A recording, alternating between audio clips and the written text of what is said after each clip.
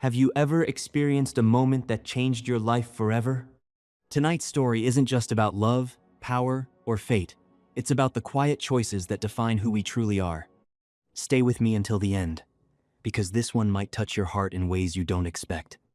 If you believe stories can move people, don't forget to like and subscribe, and tell me in the comments where you're watching from.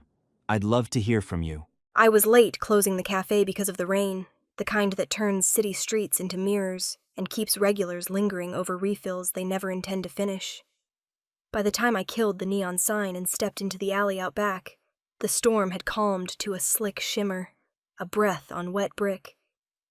I heard it before I saw it, a thin rasp of breath, the scraped whine of claws against a dumpster's rusted edge. I told myself to keep walking. Instead, I followed the sound. He was just a shadow at first, a bundled shiver wedged between stacked milk crates and a torn trash bag. When my eyes adjusted, I saw a dog's narrow face, soaked fur plastered to sharp bones. One ear stood ragged, the other folded like a broken wing. His tail thumped once when I crouched. Then he tucked it tight and watched me like I was both salvation and the last mistake he could afford to make. "Easy, buddy," I said without saying it, because I have this habit of talking to animals in my head. I slid my hand along the ground, palm up, fingers steady. No sudden movement. The city hummed behind us, tires whispering, a siren somewhere far, the fizzle of rain dripping from a fire escape. The dog sniffed and flinched when thunder rolled above the roofs. Under the wet streetlight, his eyes caught a glint of amber. Not feral, frightened. My tote bag still held a heel of sourdough and a small container of roasted chicken. I had planned to eat standing over my sink. I tore the bread into soft coins and placed one near his paws. He stared at the offering, then at me, then leaned forward just far enough to take it. He chewed like someone who had been punished for eating too fast. I gave him another, then a flake of chicken. His whole body shivered when the meat touched his tongue. That decided things. I eased closer until my knees hit the damp concrete. The dog lowered his head and I saw the collar. Not a length of shoelace or a chain, but a real leather collar, dark and smooth even beneath the rain. No tag, just a tiny embossed emblem near the buckle, a circle with a stylized crown inside. I'd never seen a brand like it. I spoke softly without sound, like I always do, and offered the last of the chicken from my open palm. He licked my fingers.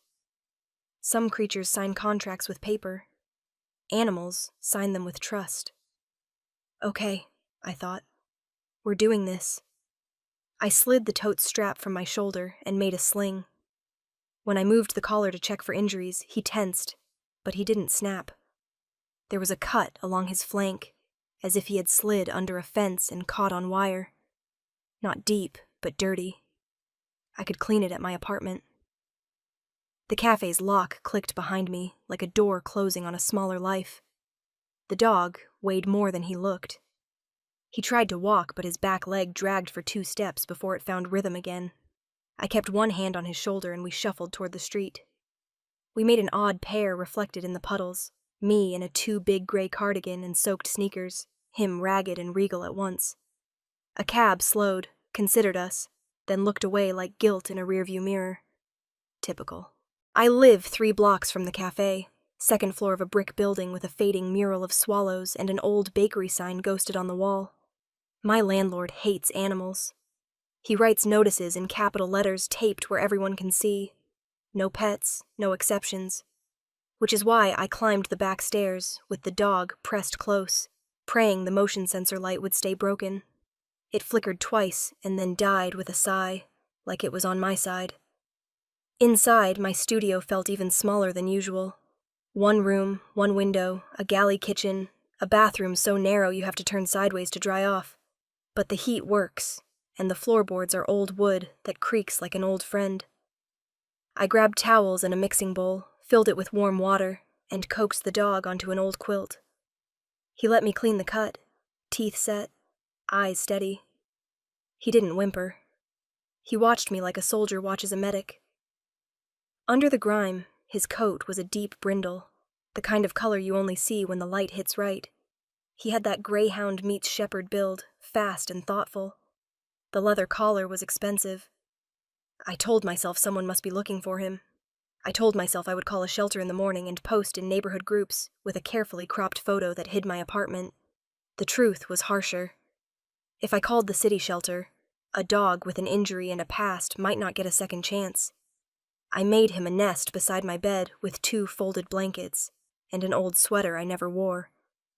He circled once, twice, like he was measuring the idea of safety, then curled with a sigh that emptied the room of its storm noise. I sat on the floor and leaned against the mattress. The clock blinked 12:14. I should have been exhausted, but the alley and the strange emblem on the collar looped through my head. Around 2 in the morning, the building shifted in its sleep. A car door closed outside, footsteps climbed the front stairs, paused in the hall, and kept going. City life teaches you to catalog sounds without thinking. This one snagged on something inside me. I stood and padded to the window, pulling the curtain 2 fingers' width. A black sedan idled at the curb. Not rideshare, not a neighbor. Engine running, lights low, windows dark.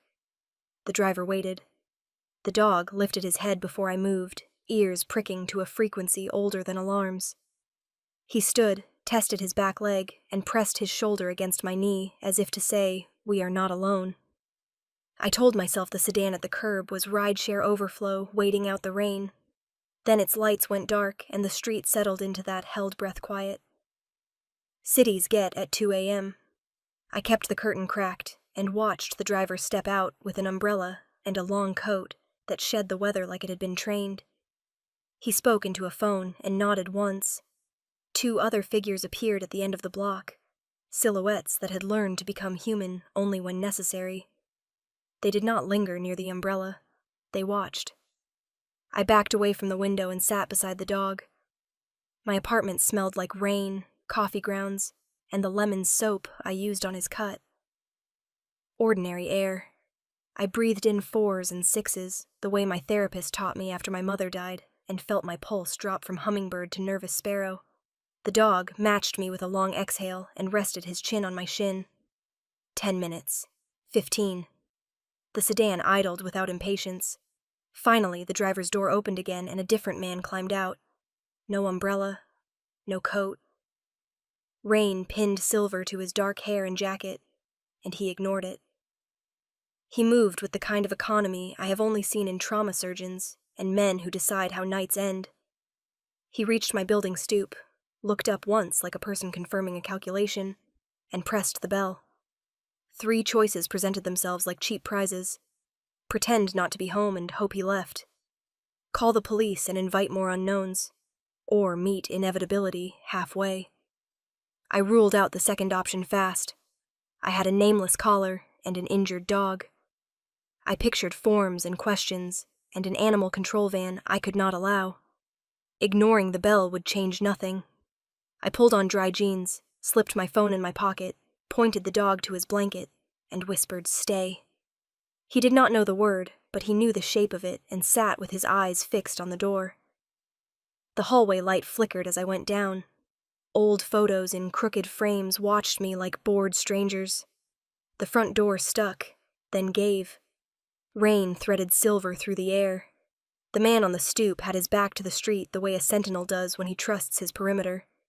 Up close, he could have been 30 or 40, the ageless bracket men earn by sleeping less than they should.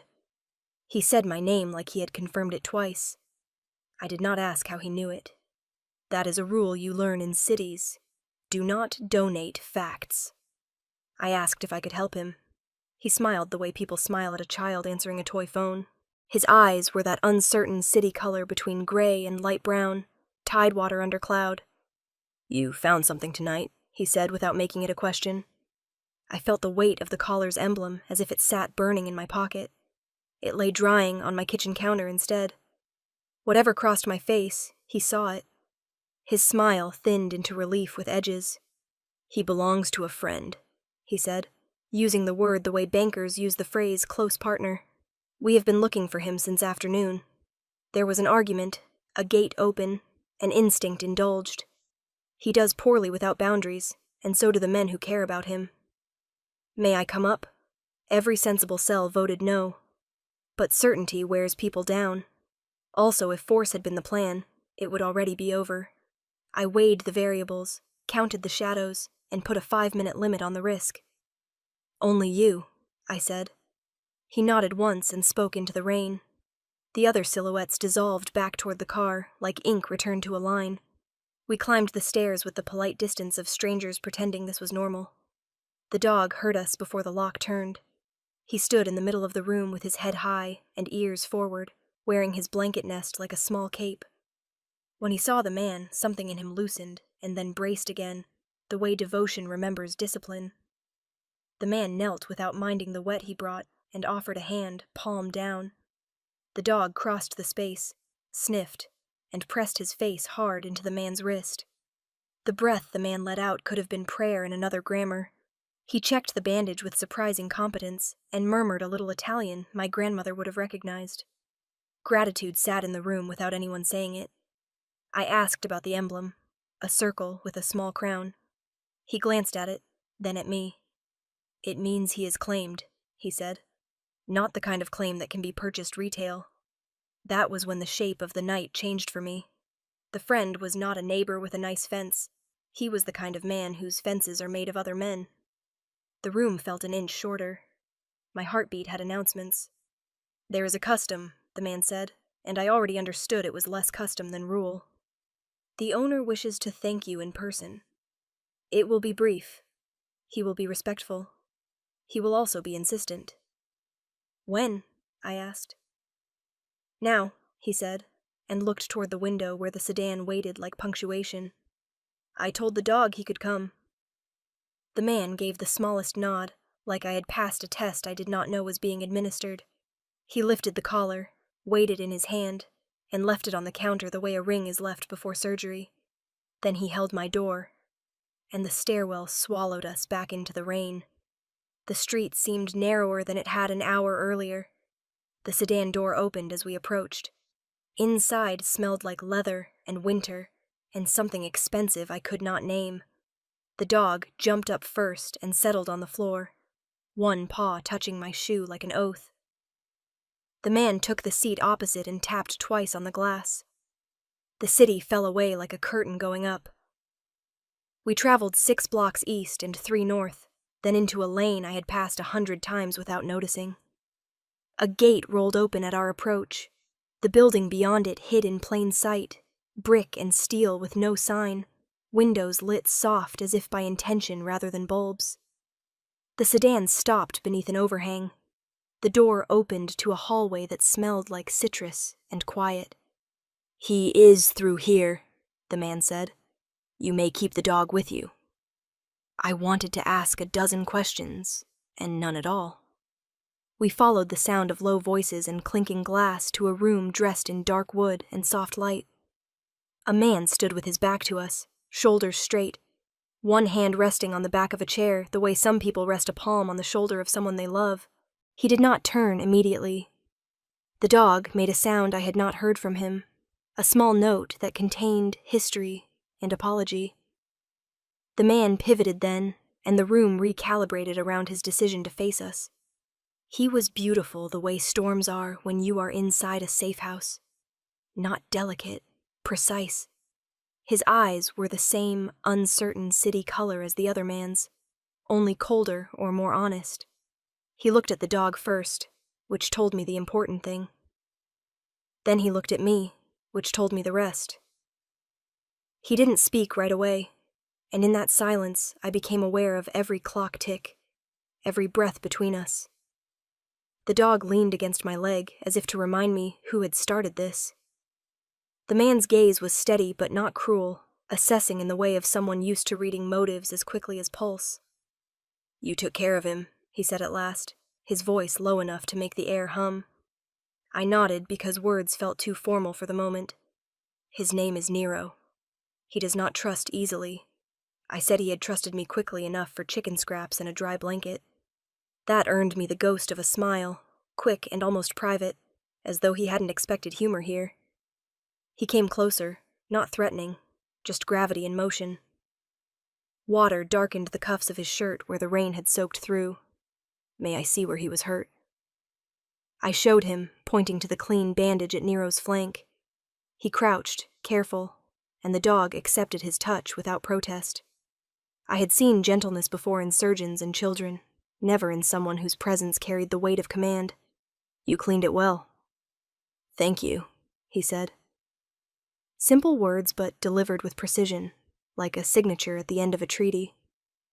When he stood again, I noticed the ring on his right hand, gold brushed to dullness, engraved with that same crown emblem. The circle from the collar was his crest, not a brand but a mark of ownership older than I cared to guess. You work nearby, he said, and I told him about the cafe, about closing late because of rain. He listened with the kind of patience that made every detail sound like evidence. When I ran out of sentences, he poured a small glass of something amber from the decanter and placed it on the table between us. For the chill, he said. I didn't drink it, just held it for warmth. He asked what made me stop for a stray in an alley. The question wasn't accusation, just curiosity with steel beneath it. I told him the truth, that I couldn't walk away from things that needed help, that maybe it was a flaw, that maybe it wasn't. He studied me long enough for my reflection to settle in his eyes. Then he nodded once, decision made. You will not be punished for kindness. Some might have mistaken it for mercy. I heard it as a statement of policy. He motioned toward the sideboard, and one of the silent men, who had been pretending to be furniture, stepped forward with a towel and a dry coat. Please, he said, let us take you home. Nero will go with you tonight. He does not like to be separated after a fright. I hesitated. Taking gifts from men like him was currency with invisible exchange rates. But Nero had already pressed his head against my knee again, and I didn't have the heart or the logic to refuse. In the car, the world outside was still dripping from the storm. The driver took a different route back, all clean asphalt and dark glass facades. The man sat beside me now, his profile lit by the dash glow, and spoke almost idly. You should know his disappearance caused concern. Some people might have misunderstood his value. I asked what he meant. He glanced at me, then back at the road ahead. Nero carries messages, not in his mouth, but in the technology woven into his collar. Tracking, encryption, things that make enemies impatient. My stomach tightened. So the emblem hadn't just been decorative. That meant the people who had been watching the street might not all have been his. Does that mean someone else was following me? I asked. It means you were fortunate my men arrived first, he said. Fortune had a strange way of choosing its targets. I looked down at Nero, who had stretched out across the seat like travel was his normal state. He was asleep again, trusting me to guard him from nightmares that now belonged to both of us. The car stopped outside my building. The man turned toward me, expression unreadable. My name is Luca, he said, and the way he said it filled the space with quiet authority. If anyone comes asking about Nero, you will call this number. He handed me a card heavier than paper should be. No logo, no address, just digits pressed into the surface. I promised I would. He studied my face, searching for something he didn't find or didn't want to name. Then he opened the door himself and let the rain in again. By the time I turned to thank him, the car was already gone, swallowed by the city's slow heartbeat. Upstairs, my apartment felt smaller, safer, lonelier. I hung the card by a magnet on the fridge where I could pretend it was a grocery list. Nero settled back onto his blanket and sighed like a pensioner after a long shift. I poured myself water, not whiskey, and tried to ignore the way my hands shook. I told myself tomorrow would reset things, posters on lampposts, stories to friends about an adventure that ended fine. But when I looked at the collar still drying on the counter, the crown caught the light, and I knew that nothing about tonight was finished. At dawn, I woke to a knock. 3 quick raps, deliberate, not the hesitant rhythm of neighbors. Nero lifted his head, ears pricked. No growl this time, just alertness. I checked the peephole. A woman stood there, early 30s maybe, wearing a coat too fine for the building. She held a folded umbrella and an expression that said she wasn't here for coffee. I opened the door halfway. "Miss Rivera," she said, pronouncing my name exactly right. "Mr. Luca asked me to deliver this."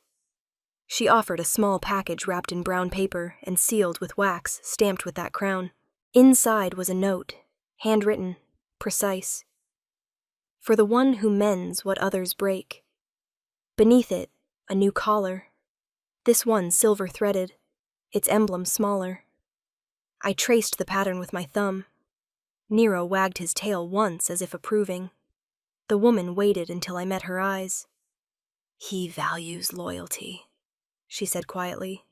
"Few understand that it runs both ways." Then she turned and left before I could ask her name. By afternoon, the story had already begun to twist itself into something mythic in my mind. A stranger with a crest. A dog that carried secrets. But truth has a habit of finding you before you can rewrite it. That evening, as I closed the cafe, 2 men walked in, ordering coffee they didn't touch. Their suits were too sharp, their watches too heavy. One placed a photo on the counter. Me, rain-soaked, leading Nero through the alley. The other asked where the dog was now. I did not look at the photo, because looking would concede ground I had not agreed to surrender. I looked at their untouched cups and asked whether they wanted lids. The tall one smiled, without his eyes, and said the dog belonged to an elderly aunt who was heartbroken. The line was too polished to be true. I told them I hoped she felt better and slid the photo back across the counter. They did not touch it. The shorter one left a flimsy card with a number and no name. I said the kitchen was closing and wished them a quiet night, the kind that leaves nothing behind but dishes. Their smiles stayed where they were and never reached their faces. They did not argue. They stood a moment longer and left with the bell making its small apology. I watched them turn the corner, then called the number Luca had given me. A calm voice answered with my name. I described the suits, the chipped bezel, the shoes too new for rain, the way one man kept adjusting his collar. "Thank you," the voice said. "Lock up, go home, keep the dog inside." I cleaned, stacked chairs, and checked every lock twice. The alley was a damp throat again. I took the long way home, doubling back by the bodega and the laundromat. Nero paused and looked behind us the way creatures do when memory is older than reason. No footsteps. No voices. Still, I felt the idea of eyes. The sensor light at my building worked and poured pale gold over the steps. It made me visible, and it made the shadows honest. Inside, I fed Nero and checked the bandage. Healing clean. He leaned into my hand and exhaled. I stood at the window with the curtain raised 2 fingers and watched the block until the city put on its thin sleep. When I slept, it was the shallow kind. Morning arrived with the knock I recognized. 3 taps, a pause, 2 more. I opened on the chain. Luca stood in the hall with rain on his shoulders and a paper cup that smelled like coffee I never buy. He did not look past me. He asked if I could walk.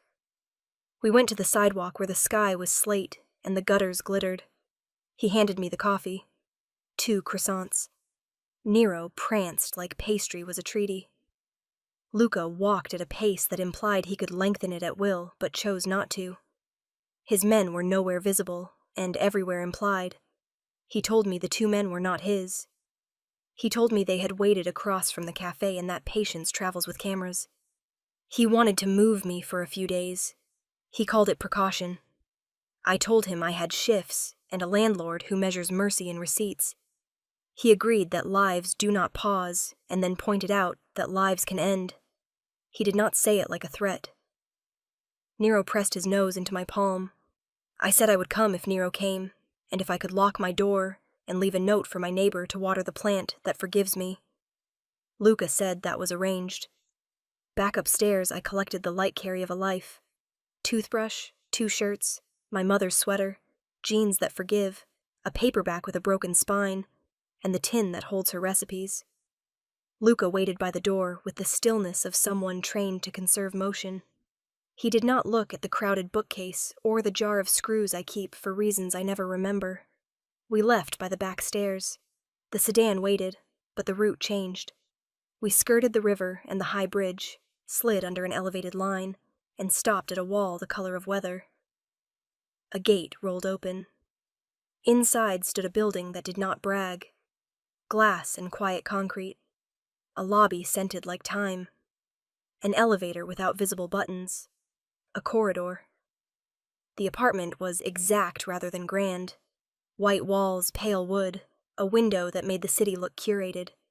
The guest room held a bed like a held breath, and a closet of matching hangers. Nero mapped the space and chose a spot where air braided. Luca showed me the kitchen, the whispering machine, the first aid kit with calm labels. Then he told me what mattered more than sheets. The men with the photo served a rival who collects people through gratitude and fear. A debt opens the door. Fear keeps it wedged. They had my name, and a grainy image, and a guess.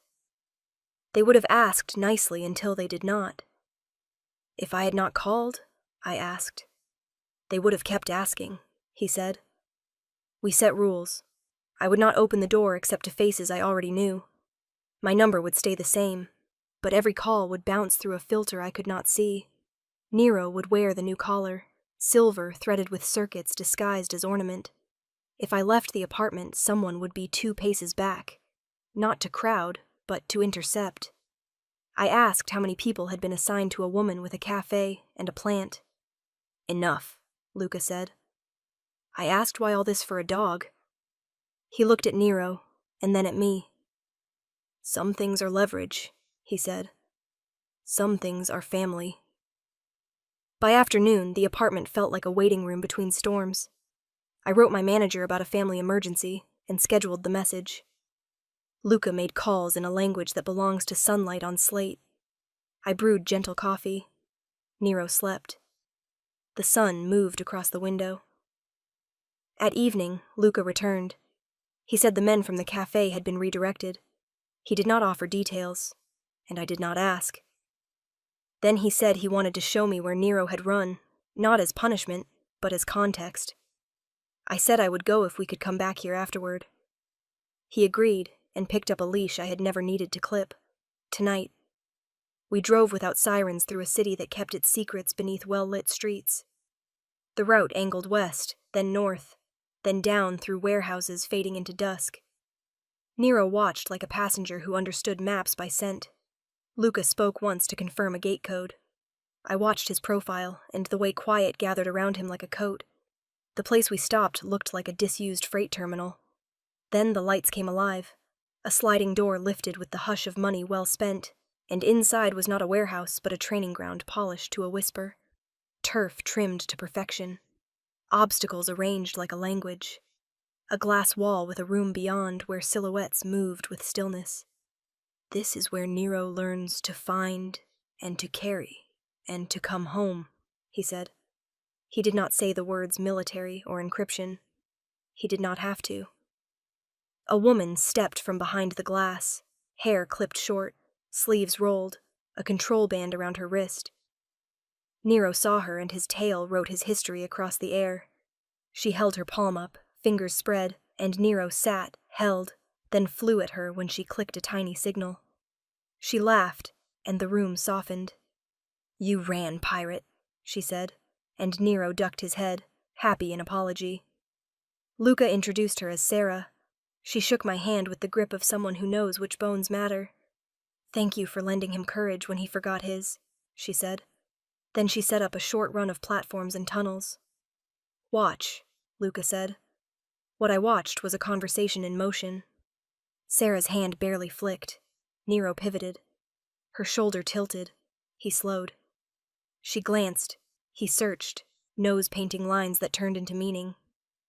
He found a metal cylinder in a green box that matched 2 other green boxes and returned without clenching his jaw. Sarah praised in 3 languages, none of which required words.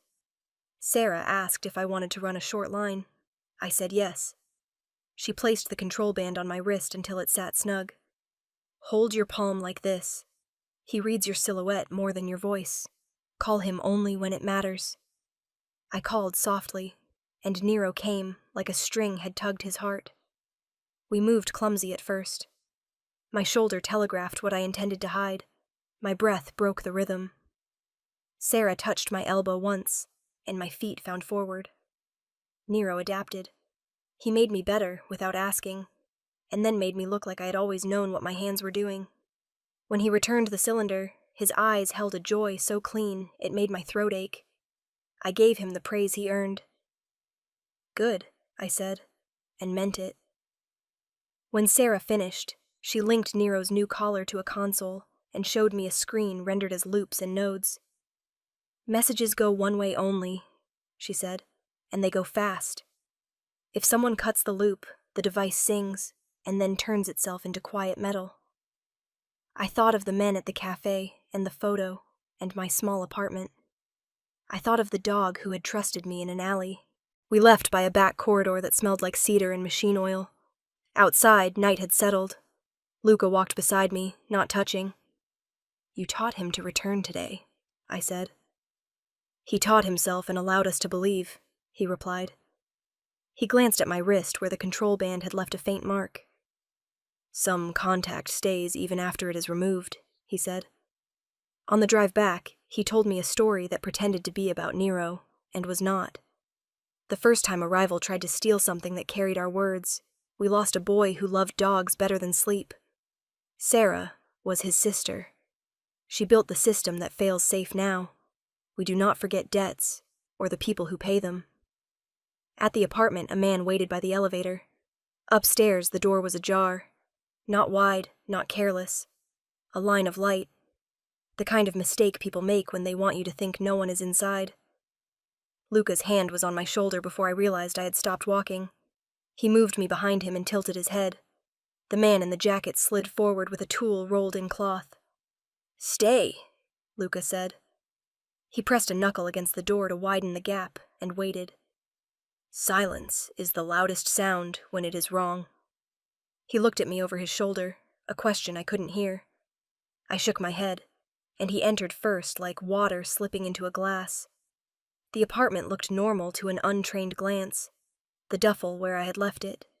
The book I had closed face down. The towel on the oven handle still crooked. But the plant had been moved half an inch so its leaves kissed the window. Luca moved through rooms, then stopped at the bedroom door and stepped aside so the man in the jacket could pass. What followed was brief and careful, efficient and quiet. When it was done, there was a new silence. Luca closed the door and walked back to me with apologies in his eyes, and none on his mouth. "You will stay elsewhere tonight," he said. The man in the jacket wiped the doorknob.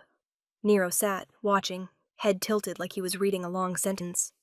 I packed without looking at the bed. We took the stairs because elevators tell stories. On the street, the city breathed and pretended innocence. Luca's phone vibrated. He listened, then nodded. "They were patient," he said. "They had a key made from a photo. They wanted to leave a question in your pillowcase." He did not say what question. He did not need to. Nero pressed against my leg. I pressed my palm to his collar like a prayer.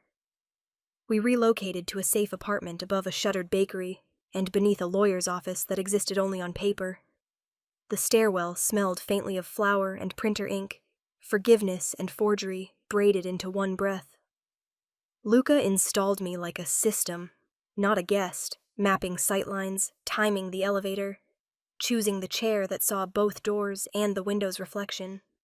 Nero circled twice and took the rug with a sigh that sounded like relief crossing a border. I stood in the doorway longer than I meant to, pretending to decide where to put my bag while counting the ways this room could turn into an exit. Days lengthened when danger paced outside. I made lists to keep my head from rewriting the world in the worst possible ways. Replace bandages. Tell the landlord about a leak I invented. Ask Bay to cover my shift, and delete the draft that explains why. Feed the dog. Breathe. Luca read the lists without reading them, the way he read rooms. He offered tasks that pretended to be choices. "If you wish, teach Nero a new recall. If you prefer, we can cook. If you need it, sleep while I watch." He said it without warmth or cold, the even temperature of competence. We cooked because food is a treaty. I chopped onions with tears that belonged to the knife and to older things. He seared chicken in a pan that had never known seasoning and told me about a street in Naples where the bread tastes like bells. I told him about the cafe and my mother's recipe tin and how grief is a spice you do not taste until you stop eating. He listened like the pan listened to the flame. When we ate, Nero slept with his head on my foot, and the room felt like an answer we had not dared to ask. After washing the pan, Luca dried it as if it were a relic and set it down so gently the metal did not dare complain. Night returned with a body's memory of alarms. A truck braked far off, a soft click sounded near. Luca stood against the window, phone to his ear, voice a fine thread. When he finished, he sat the way people sit beside hospital beds, near but not touching. The rival's patience is thinning, he said, and patience, when it thins, cuts. He wanted to move first. What does moving first look like? I asked. It looks like asking you not to go back to the cafe tomorrow and asking you to trust that I will end what started in the alley. He did not say how. I asked if anyone else had been hurt because of Nero. A van tried to take Sarah 2 months ago, he said, and it did not work. He did not smile when he said it. Nero stirred and pressed his nose to my palm in his sleep, as if to sign his part of the contract. In the morning, we walked in a park that pretended to be countryside under the discipline of gardeners. A woman jogged past inside a neon hood. A child threw crumbs to pigeons who have learned about crumbs in hard schools. 2 men read separate newspapers on the same bench. Normal is an organ that regenerates if you do not look directly at it. I breathed and counted, and let my shoulders drop at the end of the 10th step, and again at the 100th. Luca joined us with coffee that did not splash. He watched Nero weave through damp grass and told me something I had not asked, that he once wanted to be an architect because buildings are promises you can live inside. I told him I had wanted to be a vet before money made that dream taller than I could reach, and that now I mend small things, stitches in aprons, cracked mugs, 1 dog. Small things hold the larger ones together, he said, and I believed him because he never wasted sentences. We returned by a different street. A delivery truck idled with its ramp down.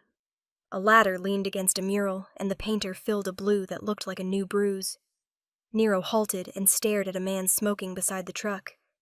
The smoker looked at me, then at Luca, then at Nero. He dropped the cigarette, crushed it, and vanished into the cab with a speed that belonged to a different career. The muralist watched the empty air. Luca's shoulders eased only when the truck pulled away. Back upstairs, the lawyer's office hummed through the ceiling, fans keeping machines from declaring themselves. Luca switched the lamps on, though daylight still held. Sit, he said, because he had a thing to say that required chairs. The rival had sent an invitation dressed as a truce. Refusing would sound like fear. Accepting would sound like arrogance. Both are dangerous when amplified. He planned to go. He wanted me not to. I am not a soldier, I said. You are not a pawn either, he answered. Then he asked for one promise, small and iron. If anything goes wrong, you take Nero to Sarah, and you do not come back for anything that can be replaced. He waited without blinking. I said yes, because there was nothing else to say that would not be a lie. He nodded and looked down at his hands, as if they had surprised him by asking. We ate early because hunger is a liar after dark. Sarah arrived with a case that looked like it held musical instruments and did not. She taught me a new signal for Nero, a flick of fingers that meant hide, a tap that meant be silent, a look that meant trust. She drew a small map on a napkin, a child's sketch with doors and arrows, and a star. If you must run, follow the star. It will not be obvious to anyone who has never had to run. Evening climbed the building, and the bakery exhaled one last warm breath. Luca put on a jacket that looked like an apology and a weight. He stood in the doorway with a stillness. I will remember when nothing else remains. Nero stood too, ears high. Luca set his hand on Nero's head and said, "Be good," and Nero licked his fingers like a seal. Then Luca looked at me as if memorizing a sketch he would finish later. Hair I had not combed, a sweater with a pulled thread, the tin of recipes near my bag. He left with 2 men and a car that showed no light. The hallway swallowed them. The clock said 10 minutes, and then 40, and then an hour. Sarah stayed, pretending to read, not pretending to listen. I made tea and did not drink it. At the hour-and-a-half mark, the phone I did not recognize vibrated on the table. Sarah answered and listened with her eyes closed. Then she opened them and said, "We are going to the Star now." She did not let me gather anything. She slung the case over her shoulder and opened a door I had not seen behind the hooks. A narrow stairwell led down into a ribcage of concrete. Nero went first, then Sarah, then me. We moved without sound because fear had eaten our noise. At the bottom, a hallway ran toward a light like morning. Sarah touched a sensor with her wrist and a gate unstitched itself. We stepped into a corridor I knew from no building. It felt like backstage in a theater, where the play is survival. A man met us and did not ask questions because the answers would tilt the floor. Sarah said Luca, and the man answered with a location, a word, a floor, a weight. We went. The air tasted like metal and citrus, clean in the way of places designed by people who fear dust. Nero paced at my knee, reading currents I could not. Somewhere above us, a city swallowed a secret and pretended it was just another Tuesday. I held the promise I had made, small and iron, and counted the doors between me and the life I had lived yesterday. We waited in a room with no corners, only soft curves that made it hard for the eye to settle. Someone designed it to calm the pulse of people who arrive from running. Sarah placed her case on the table and opened it with careful hands. Inside lay headsets, compact radios, adhesive patches, and something that looked like a pen, but hummed. She pressed one patch to Nero's collar and another beneath my sweater at the base of my neck. "It will guide you if you are separated," she said. It felt like a door breathed. A man in a charcoal suit stepped in and nodded to Sarah. He looked like the idea of a doctor, brisk competence without bedside lies. He asked me to hold out my hands. "Your tremor is normal," he said after a glance. "Yours is controlled." He meant Sarah. I almost laughed and could not find the place in my chest where laughter lived. Nero leaned on my thigh, and the tremor slowed as if he held the dial. An hour is a forest when you have no map. We walked its paths in circles. I measured time by how often Sarah checked a wall display that showed no clock, only a line that brightened whenever a call came in, and dimmed when it ended. At last the line brightened and held steady. She listened, said yes, and then no, and then yes again, like someone braiding a rope. She hung up and nodded. "He is on his way." I did not ask if Luca was hurt. I did not want to make the word real until it had a chance to be wrong. The door opened and he stepped through with the careful grace of a man counting his bones. A cut traced his cheek like a mapmaker's line, and his shirt bore a rip that had opinions. His eyes found Nero first. The dog trotted forward and pressed against Luca's legs as if returning a piece the night had taken. Luca set his hand on Nero's head, then lifted his gaze to me. The quiet that moved between us as Sarah went to work with hands that did not ask permission. She cleaned the line on his cheek, checked his ribs with a practiced press, and muttered a curse in a language that warmed the air. "He is lucky," she said, which is what skilled people say when planning has tilted odds that did not want to tilt. Luca thanked her with a small nod, and then turned to me. "The truce was a stage," he said. "The rival arrived with cameras made of people." They wanted the story more than the outcome. When the story became done, I asked what changed the story. He looked at Nero again. "We did," he said. "We refused their grammar." Sarah added that the rival had tried a service door and found an argument instead of an opening. The argument had been persuasive. She did not elaborate, and I did not need memoirs tonight. The doctor returned with a tray and a device that read our pulses through the patches. He announced we should rest. Sarah agreed in a tone that brooked no empire. Nero finally slept, paws twitching as if running a younger road. Luca leaned back in the chair and closed his eyes in the way of men who nap like soldiers, upright and ready to stand inside a second. I watched the rise and fall of his breath until mine matched it, then drifted without trusting sleep enough to greet it. When I woke, a grey ribbon of morning had slipped under the door. Luca was still in the chair, head tipped, mouth relaxed in a way I doubted many had seen. Sarah sat cross-legged with her back to the wall, awake, reading an ugly paperback with the devotion of a monk. She glanced up and gave me a look that said you did well, and also this is not finished. I nodded back to say I knew both. We moved to the apartment above the bakery just after sunrise. The air smelled of dough again, and the lawyer's office knocked its quiet heartbeat through the vent. Luca walked slower now, but refused to sit until he had checked every hinge and blind. Then he did sit, finally, at the table where we had eaten, and reached for the recipe tin I had tucked into my bag. "May I?" he asked with his eyes. I slid it across. He opened it like a reliquary, and pulled out a card in my mother's hand. He smiled the small we baked because living insists on itself. He separated eggs with a competence that made me strangely proud of a man who commanded a city.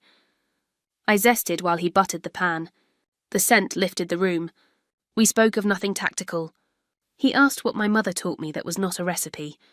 I said she taught me the difference between stubborn and steadfast, and that most days I pretend to pick the latter. He said his grandmother taught him that generosity is a security system. Then he slid the pan into the... When the cake cooled, we stood at the counter with forks and silence, and ate until sugar restored some of the cells fear had burned. It was not victory. It was a ceasefire between my nervous system and the day. Luca rinsed the forks and set them in the rack at perfect angles. Sarah arrived with news folded into a tone. The rival had retreated to write a different story. Our street would be quieter for a breath. A breath can be a city when you are tired. Luca turned to me with a new kind of quiet. "Come with me later," he said. "I want to show you the place where I remember why I build rules. It is not dramatic. It is a pier no one photographs. If danger allows," he added, "because truth should keep its shoes on." I said yes without telling the part of me that still counted exits. Nero thumped his tail once as if to second the motion, and then settled with a sigh that translated to, "For now, we are home." We left in the late afternoon, when the city wore that soft hour between commerce and dinner, when office towers loosened their ties, and corner stores counted the till. The car followed the river toward the docks, where cranes stood like long-legged birds waiting for a tide of steel. Nero kept his nose to the glass, breathing a catalogue of salt, diesel, wet rope, and the ghost of oranges from a splintered pallet. Luca drove himself, a man who trusts his own hands when the road can bend. The quiet between us felt chosen, the kind of silence that means more than a speech. The pier he chose was plain, planked with wood gone grey from weather and memory. A fence kept casual trespassers out, but Luca had a key and the kind of authority that persuades locks. We walked to the end where the river widened its shoulders before meeting the sea. Across the water, ship lights blinked like patient eyes. Luca leaned on the rail and let the wind unbutton tension down his spine. Nero lay at our feet, chin on paws, content to be a sentinel without fear. He said his grandfather taught him that banks hold rivers, and choices hold men steady in storms. He asked what I wanted when this storm finished. Not what I feared, not what I would accept, but what I wanted if wanting were allowed.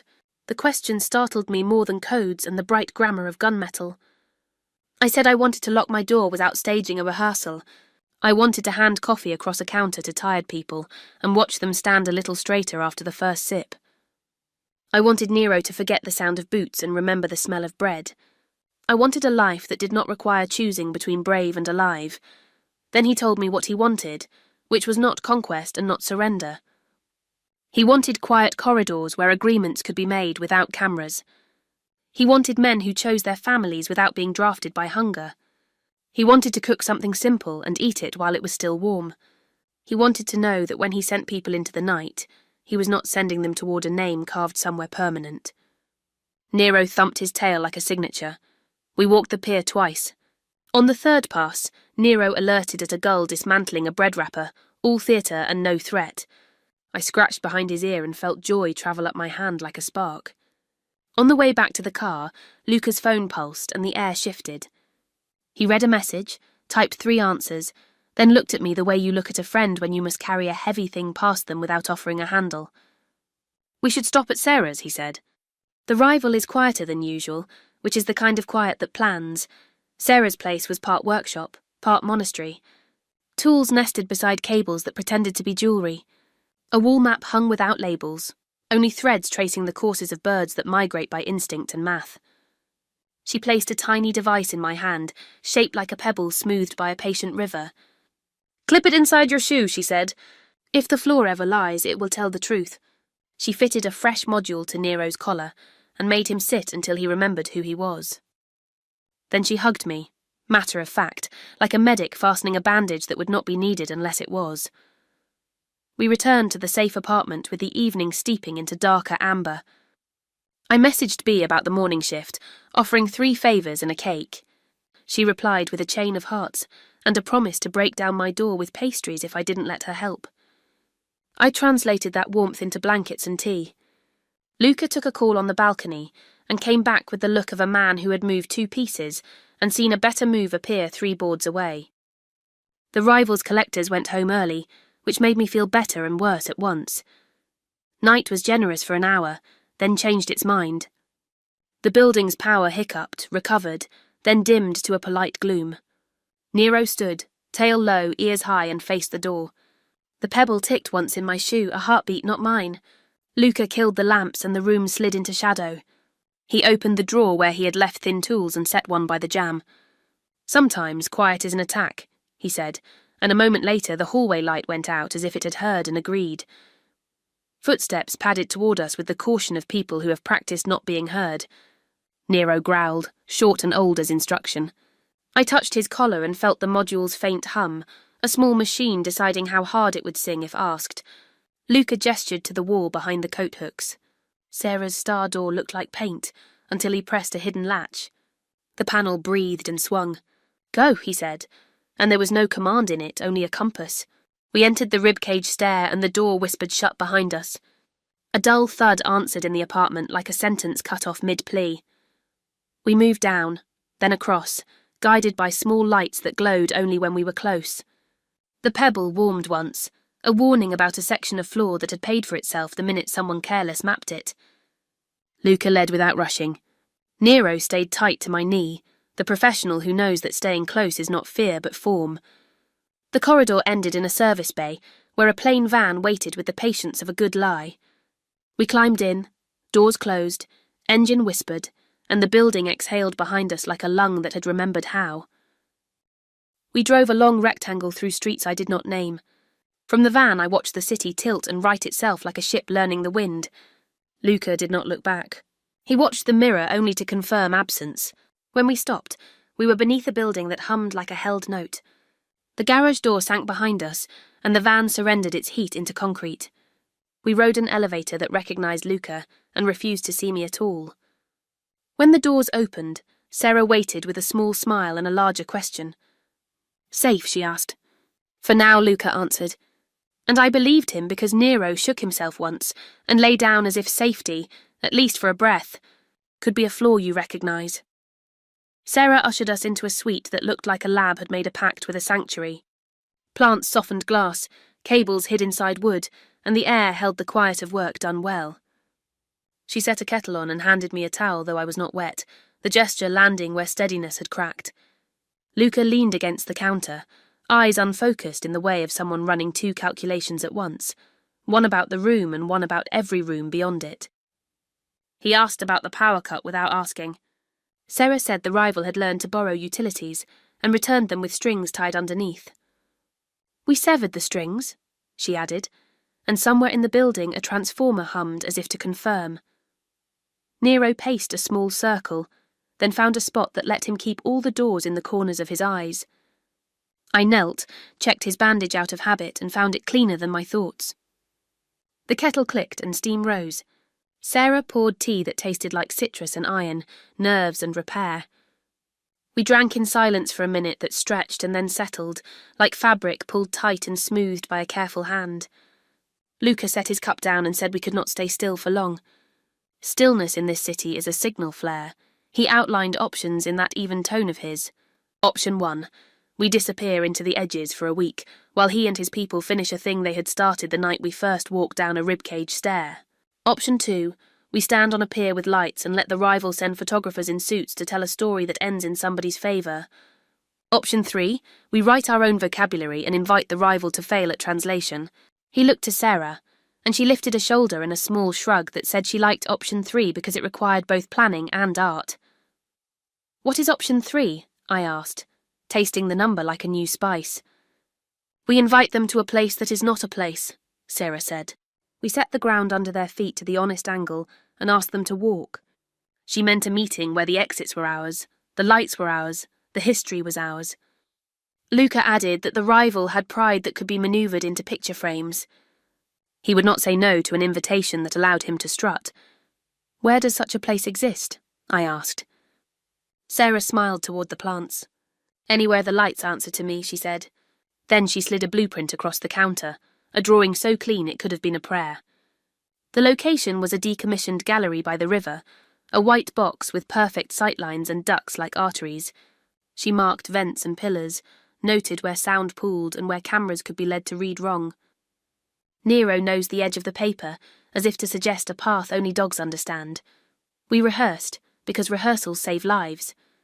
Sarah taught me where to stand to be nearly invisible and exactly heard. Luca practiced the conversation, the offer, the warning hidden in the offer, the reminder that families who keep dogs who carry messages know how to end feuds when debt tallies go red. He did not rehearse threat. He rehearsed certainty. That is more frightening when delivered by a man who cooks eggs carefully. Night fell like an agreement. In the morning, the bakery below our ghost apartment shivered awake, and we slept a few hours in the upstairs suite. I woke to the smell of frying dough and the soft drum of rain returning. Luca was already up, dressed in calm, putting his ring on as if it were a decision renewed. He handed me a small device no bigger than a thumb segment. "If anything you do not expect happens, slide this. It will sound like a light breaking." The device weighed less than fear and more than comfort. Midday arrived, and with it a driver whose face I did not bother trying to remember, because the world works better that way. We reached the gallery through a service alley that looked like an afterthought. Inside, Sarah had arranged space like choreography. Chairs that did not look placed were perfectly placed. Lights that seemed casual were brilliant in a Spectrum camera's hate. A single table stood slightly off-centre, the way a memory sits when it is about to be rewritten. Luca tested the room with his eyes, then with his feet, then with his breath. He touched the back of one chair and left a finger's width of space before letting go, as if to tell the chair it had a choice today too. Nero ranged the perimeter once, twice, memorized the smells of paint and dust, and settled near a pillar where he could vanish and emerge by will. Sarah adjusted a cable as if tucking hair behind an ear. The rival arrived late enough to assert importance, and early enough to feign politeness. 3 men in tailored shadows and an entourage of looks. Their boss had the bland handsomeness of a news anchor who likes the sound of his name. He complimented the space and the light while scanning for control. He did not see where the light refused to flatter him. His gaze landed on Nero with a smirk that did not know dogs are fluent in contempt. Luca greeted him without warmth or ice, just the temperature required to preserve facts. They talked in the way of men who build temporary bridges while measuring the width of the river. Luca thanked him for returning power to our building at odd hours, and the rival thanked him for not turning the city into a theatre with bad seats. Luca mentioned family by saying the word work, and the rival mentioned rules by saying the word market. Sarah listened without being seen, her fingertips resting on a panel that looked decorative and was not. I stood where I had been told, a ghost who could become real if needed. At the pivot, Luca placed a small velvet pouch on the table, opened it, and rolled out a ring that matched his own crest in mirror. The rival's eyes flickered. The history in that metal went back to days when messages were carried by horses and men were measured by who they shielded. Luca said it belonged to a house that had chosen to dissolve rather than be corrupted. He said debts had been paid in full on a night long ago, and that tonight would not require new debt if the rival remembered why this city still allowed certain men to walk its better streets. The rival tried a smile that practiced itself often and succeeded rarely. He implied threats dressed as shrug. He spoke the word dog in a way I did not like. Nero lifted his head and watched him with the calm disdain of a judge. Sarah tapped a pattern against the underside of the panel, and somewhere a door locked with the soft sound of a wind decided. Luca's voice did not rise, but it deepened, and the room learned what it was like to be told the truth in a pitch that levelled furniture. He told the rival the game had ended 2 moves back. He explained simply that the collectors had been returned to their senders with notes pinned to their coats that read, "This is not how we do business." He mentioned, without elaboration, a transfer interrupted, a list of names now in kinder hands, and a safe passage back to a family that would teach different rules. The rival stood, sat, adjusted an invisible cuff, and made a decision that looked like grace but was mostly arithmetic. He agreed to quiet, to boundaries, to leaving dogs out of disputes that belonged to men. The meeting ended with no hands shaken and no cameras satisfied. The rival left with his entourage turning into rain. Sarah exhaled and stretched her fingers until they popped. Luca picked up the ring and put it back in the pouch, and then into his jacket, returning history to a pocket like an old coin. He looked at me with eyes that had climbed down from guard towers and found earth. We were done for now, not safe, finished with this chapter. After the rival left, the gallery felt larger, as if the walls had been holding their breath and finally exhaled. The lights softened from surgical to dusk. Sarah coiled cables. Nero trotted one last perimeter and pressed his weight against my hip, asking whether the storm had truly crossed the river or just changed jackets. Luca stood in the doorway and listened to the building like a doctor listens to lungs. He didn't smile, but some tension unhooked from his shoulders and went quiet. We drove back without urgency for the first time since the alley. The city had put its ordinary mask on again. A cyclist debated with a taxi, a teenager practiced kickflips, a florist hosed the sidewalk. At a red light, a woman in a yellow coat waved at Nero through the glass. He considered her, decided she was neither threat nor sausage, and blinked. Luca's hand rested open on the wheel, relaxed in a way I had not seen. He said nothing, and it was enough. At the apartment above the bakery, I set water to boil and placed the recipe tin on the counter like an altar. I wanted cinnamon and butter to overwrite the memory of power cuts and soft knocks. Sarah arrived with pears and a wedge of cheese. Victory requires fruit, she said, and the room agreed. Luca peeled pears with a pocket knife, delighted by the promotion. I made caramel the colour of old coins. We built a tart and ate standing up because ceremony felt impatient. After, Luca asked what happens for me now, not as a strategist, but as a person who might come to my cafe and order coffee because he likes the way I ask whether people want warm milk. I said I would open tomorrow if the street allowed it. He said he could stage theatre that made the street safe and invisible at once. I told him ordinary life is theatre enough if you light it kindly. He accepted that with a tilt of his head. Night came like a neighbour with a casserole. We slept without taking turns, and the morning was grey and forgiving. Nero judged the day acceptable and wagged once. I walked to the cafe with him trotting at my knee and a paper bag of pear tart. The bell rehearsed and then sang. B hugged, scolded, and declared me an advertisement for small miracles and poor decisions. We sliced the tart into unsteady wedges, and the line forgave me with the enthusiasm of people who understand mysteries. By noon, the street had learned us again. Construction resumed its argument with air.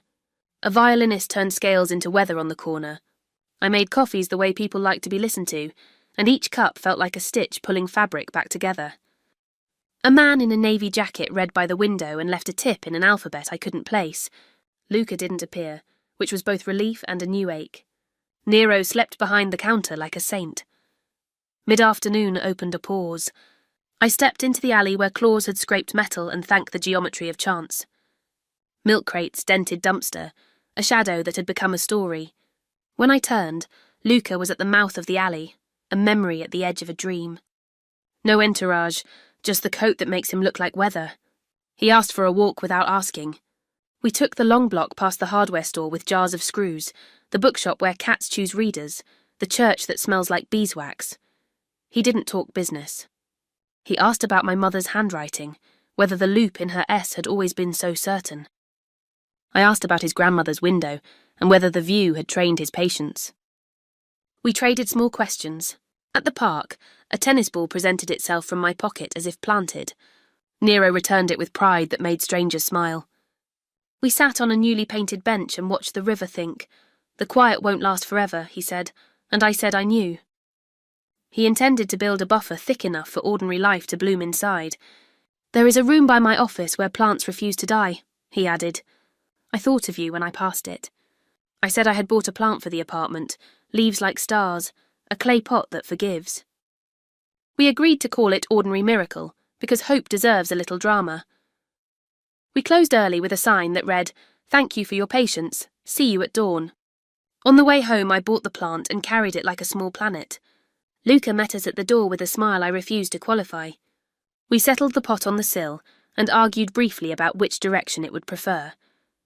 Nero approved from the rug with an authoritative thump. We ate leftover tart and cheese and watched a movie about loyalty. The lights flickered once and held.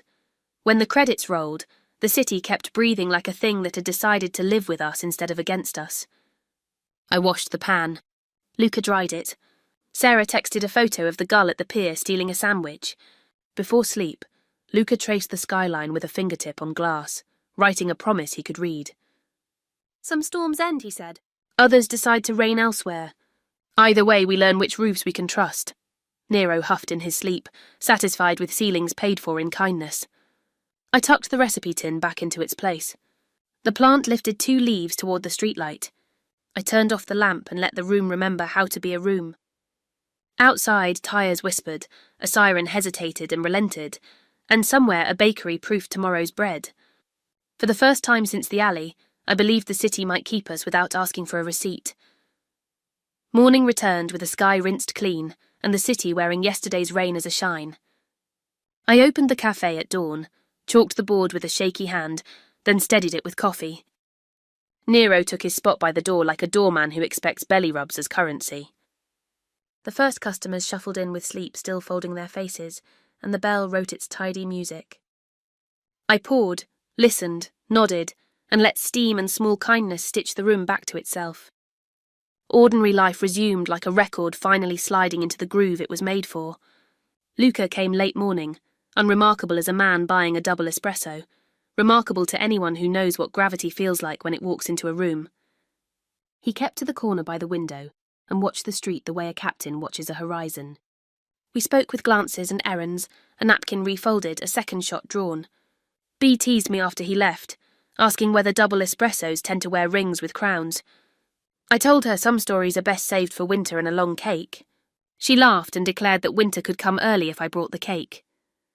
By afternoon, the river wind pushed clouds inland, and the light turned generous. A delivery driver with a crooked cap slipped me a note from Sarah, a diagram of a star door upgraded to ignore new tricks. I pinned the paper inside the recipe tin, between cinnamon rolls and lemon bars, the way people pin medals where only their own hands will ever see them. Nero approved with a soft huff, and returned to watching pigeons misjudge courage on the curb. Trouble tested its boundaries, because that is what trouble does when it thinks no one is watching. A stranger paused too long by the window, tracing condensation with a finger that wrote questions. He left when Luca stepped out of a reflection behind him. Later, a van idled in the alley and drove off as soon as Sarah's car turned into the block, headlights low, engine thoughtful. The city took notes and decided to behave for now. I wiped counters with attention usually reserved for vows and let the day unwind without breaking. At close, I counted the till and set tomorrow's grinds. Nero danced his end-of-shift trot as if he drew power from routine. We walked home along the river, the water wearing pearls of late light. Luca met us at the corner where the florist ties extra ribbon to lonely bouquets. He carried nothing, which can be a kind of offering. We climbed the stairs to the apartment above the bakery, and the plant raised new leaves like a quiet cheer. We cooked because a day like this asks for closure you can taste. He seared salmon in a small pan, I crushed herbs, and Nero supervised with professional gravity. We ate at the table where maps and plans had lived, and let plates stand in for borders we no longer needed. Luca asked if I would ever leave the city. I said the city raised me and scolded me and taught me the price of mercy, and that I am slow to abandon teachers. Later we walked the pier again, stars leaking through a thin cloud skin, water dark and patient. Luca leaned on the rail and told me 3 things he had never said out loud, where the river could hear them. He wanted to grow old enough to be boring. He wanted to carry fewer names on ledger lines that hurt to read. He wanted to build a room with windows on 3 sides and teach roses to forgive the wind. I told him 3 in return.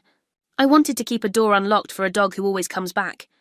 I wanted to hand coffee across a counter to strangers who become less strange with each cup. I wanted a life that could be trusted to hold. We stood there a long time, saying little, trading quiet the way kids swap treasures behind a school wall. The city breathed with us, not louder or softer, just together.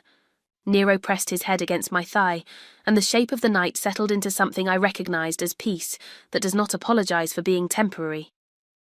On the walk back, Luca asked whether Nero had chosen me or I had chosen him. I said yes. He smiled, real and brief and sharp with relief. At the door he hesitated, then reached for the recipe tin and set it square, a small blessing disguised as tidying. I slept with the window cracked and woke before alarms. The plant cast star shadows on the sill. Nero sighed in his nest and dreamed of pigeons that refused to learn. I brewed the first pot and wrote a note for B that said we are open and left a slice of pear tart wrapped in parchment beside it. I pinned Sarah's star map a little higher in the tin and added a new card in my mother's hand, copied by mine, labelled Promise. Then I unlocked the door and let the morning in. The bell softly rang, City came, and for once the word felt like a beginning.